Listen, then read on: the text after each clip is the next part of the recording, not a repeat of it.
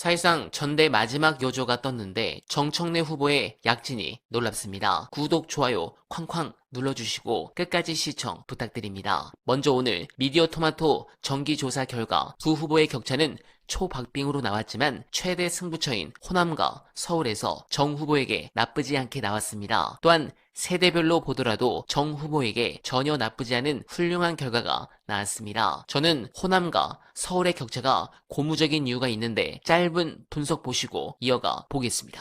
광주가 좀 관심인데 광주에서 격차가 얼마나 나느냐. 서로 간에 여기서 사실은 판가름이 날 것 같아요. 왜냐하면 전북도 김인석 후보가 앞서간다는 얘기 하는 사람도 있어요. 근데 거의 딱 붙어 있다. 그리고 오히려 정청래 후보가 이길 거다 보는 분들도 꽤 많기 때문에 전북도 사실은 개표를 해봐야 알 정도로 어쨌든 대체적 의견은 아까 처음에는 한 10% 이상 김인석 후보가 우세할 거다라는 인식이 좀 더 많았던 게 사실인데 갈수록 정청래 후보의 지지자들이 많이 늘어나서 바닥에서 격차가 급격하게 좁혀지고 있다라는 게 대체적으로 그런 견해에 수긍하는 것 같아요. 근데 과연 얼마나 날까 격차가 아니면 정청래가 이길까? 이건 모르겠어요. 근데 대체적으로 김민석 후보가 우세하다는 건 정청래가 이긴다면 대박이지. 이긴다면 사실은 뭐 선거는 사실상 결과적으로도 이긴다고 봐야 되는데 서울 경기에서 우세하니까 이제 그게 관건이고 그래서 뭐 아마 정청래 후보 측에서는 이기면 제일 좋은 거고 아니면 퍼센트 이내에서 줄일 수만 있으면 격차를 그러면 서울 경기에서 뒤집을 수 있다 이렇게 판단하는 것 같아요.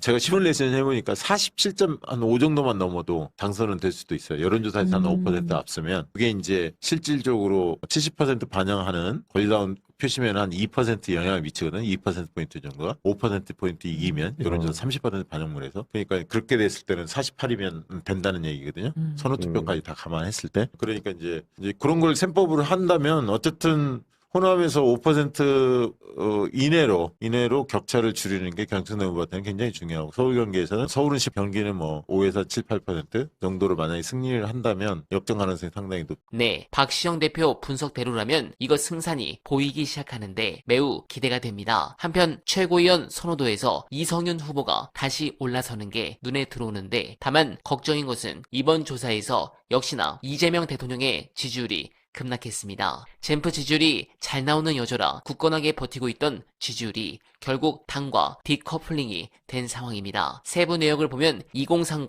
청년층에서 부정평가 60%를 돌파하며 큰 타격을 주었고 심지어 핵심 지지층인 50대가 폭락한 게 눈에 들어옵니다. 또한 지역별로는 서울이 망가져 차후 재보궐선거가 유력한 상황에서 민주당의 고민이 깊어질 것 같습니다. 나아가 가장 심각하다고 볼 수 있는 것은 진보층 지지도인데 3달 전만 해도 90% 후반이었던 지지도가 60%대로 추락하며 전체적으로 이재명 대통령의 지지율을 끌어내리고 있는데 매우 심각합니다. 하루빨리 이 전대가 끝나고 당청이 하나된 모습으로 개혁 드라이브를 걸지 않는 한 지지율 반등이 쉽지 않아 보입니다. 관련해 언론이 제대로 보도하지 않는 화제가 된 영상 끝까지 봐주시고 여러분들의 생각 댓글로 부탁드립니다. 당대표가 되시면 좀 강하게 했으면 좋겠습니다. 네, 그런 생각입니다. 이번엔 좋은 게 좋은 거다 이런 식으로 하면 안 될 것 같고요. 그러니까 당대표가 되면 윤리감찰단장 즉시 임명하고 지금 그래서 김민석 의원은 윤리감찰을 바로 해야 됩니다. 이거 본인을 위해서라도. 그래서 정청래가 그 말했어도 정청래가 당대표가 되면 정청래 당대표가 정청래를 윤리감찰 시켜야 됩니다. 왜냐하면 당이 이런 위헌정당의 의혹 상태에서는 있을 수 없거든요. 그래서 이건 정치 보복하고 뭐 하고 아무 상관이 없어요. 당을 구하는 차원이고 김민석을 구하는 차원에서라도 이건 윤리감찰 해야 됩니다.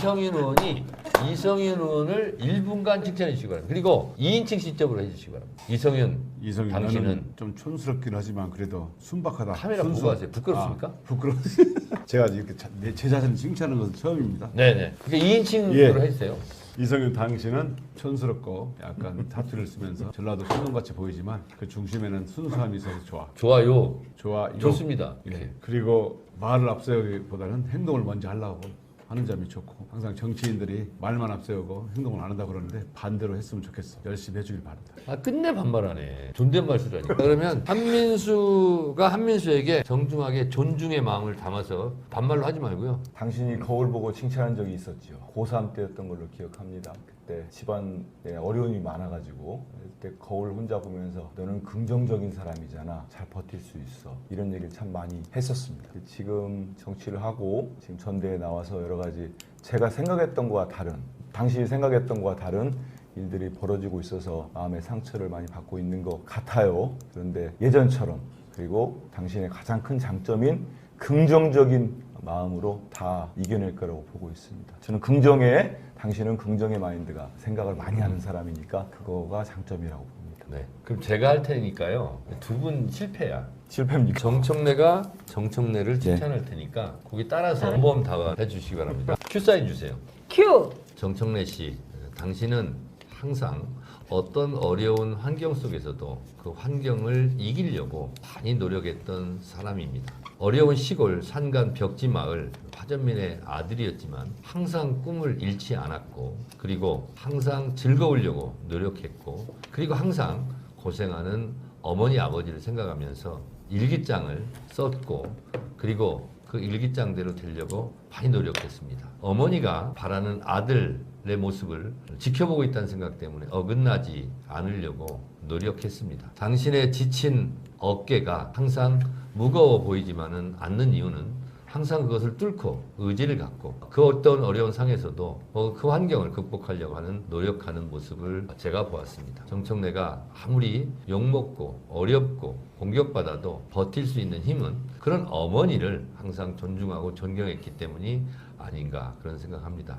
10남매 10번째 막내라고 그러는데 항상 어머니를 찾고 어머니를 생각하면서 항상 눈물 짓는 그 모습이 저는 참 괜찮은 사람이라고 생각했습니다. 여러분, 정청래 그렇게 욕만 할 사람은 아니니 여러분 좀 한번 좀 잘 봐주시기 바랍니다. 감사합니다. 네, 공감합니다. 선전을 기원하지만 이 대통령의 노골적인 친석계 지지로 이 판세는 역시 어려운 것이 사실입니다. 다만 최근 발표된 여러 이재명 대통령 지지율 폭락을 청와대는 굉장히 무겁게 받아들여야 합니다. 지난 문재인 정부 시절 최저치의 경우 이 지지율을 유지했던 이유는 그래도 코어 지지층이 끝까지 버티고 있었기에 가능했습니다. 지금은 이례적으로 핵심 지지층에서 많이 빠졌습니다. 특히 정치 고관여층이며 90%에 육박했던 혁신당의 지지층이 등을 돌린 것도 매우 큽니다. 만약 이 상황에서 정청래 후보가 낙선한다면 그를 지지했던 지지층 상당수가 지속적으로 등을 돌릴 가능성이 높아 보입니다. 반대로 정 후보가 당선된다면 그분 성격상 지난일은 다 묻고 오로지 이재명 정부 성공이 최우선이라며 지지자를 독려해 이 대통령 지지율이 저는 반등할 것이라 생각합니다. 그만큼 저는 해당 건이 심각하다고 생각합니다. 여러분들은 어떻게 생각하십니까? 공감하셨다면